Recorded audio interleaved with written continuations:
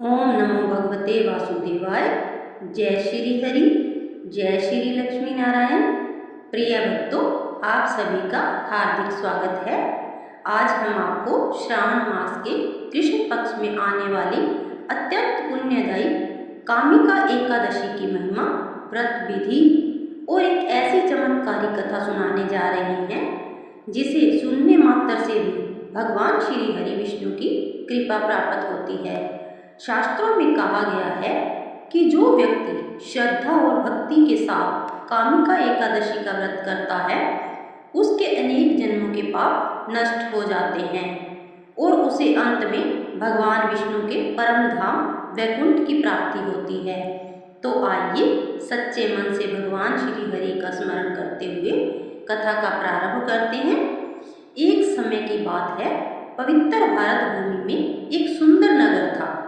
उस नगर में धर्मप्रिय वेदों का ज्ञाता और भगवान विष्णु का परम भक्त एक ब्राह्मण रहता था।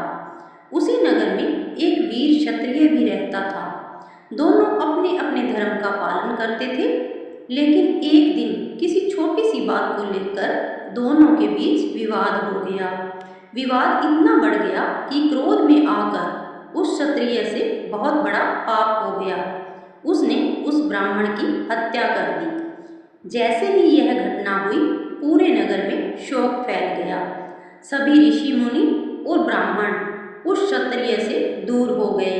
उसे समझ में आने लगा कि उसने बहुत बड़ा अधर्म कर दिया है।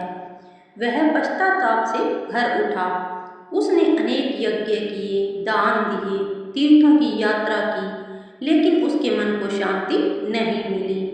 ब्राह्मण हत्या का पाप उसका पीछा नहीं छोड़ रहा था। एक दिन वह जंगल में तपस्या कर रहे एक महान ऋषि के पास पहुंचा। उसने उनके चरणों में गिरकर कहा, हे गुरुदेव, मुझसे बहुत बड़ा पाप हो गया है। कृपा करके मुझे ऐसा उपाय बताइए जिससे मेरा उद्धार हो सके। ऋषि ने ध्यान लगाया और बोले, वत्स, तुम्हारे पाप बहुत बड़े हैं, लेकिन भगवान विष्णु अत्यंत दयालु है। यदि तुम श्रावण मास की कृष्ण पक्ष की कामिका एकादशी का विधि पूर्वक व्रत करोगे, रात्रि जागरण करोगे और पूरे मन से श्री हरि का स्मरण करोगे तो भगवान अवश्य तुम्हें क्षमा करेंगे। ऋषि के वचनों को सुनकर वह क्षत्रिय अत्यंत प्रसन्न हुआ।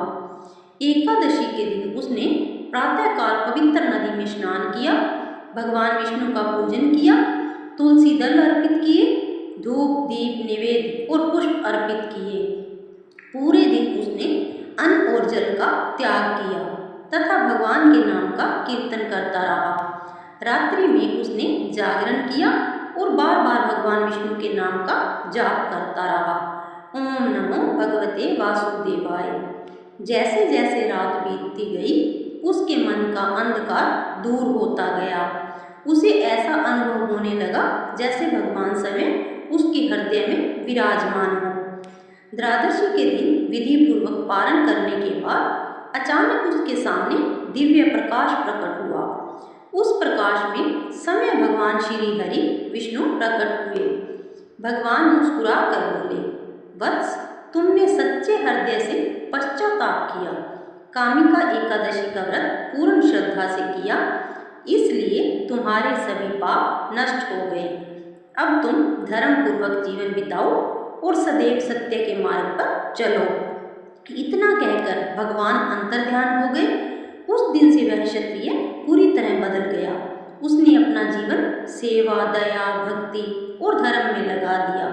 अंत समय में भगवान विष्णु के दूत उसे वैकुंठ लेकर गए।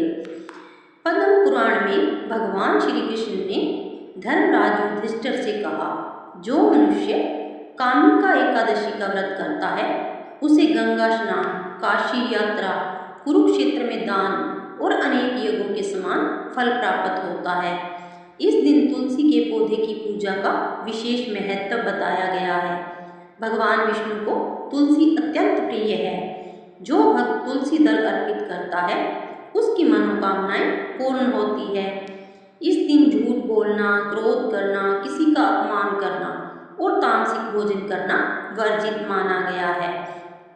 इस कथा से हमें शिक्षा मिलती है कि चाहे मनुष्य से कितना भी बड़ा अपराध क्यों न हो जाए, यदि वह सच्चे मन से पश्चाताप करे, भगवान की शरण में आए और धर्म के मार्ग पर चलने का संकल्प ले, तो भगवान उसकी भूलों को क्षमा कर देते हैं।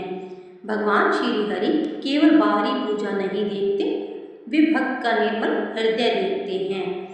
हे लक्ष्मीपति भगवान विष्णु, जैसे आपने कामिका एकादशी का व्रत करने वाले उस भक्त पर कृपा की, वैसे ही हम सभी पर अपनी कृपा बनाए रखें। हमारे जीवन से दुख, दरिद्रता, रोग और भय को दूर करें तथा हमें सदैव धर्म, सत्य और भक्ति के मार्ग पर चलने की शक्ति प्रदान करें।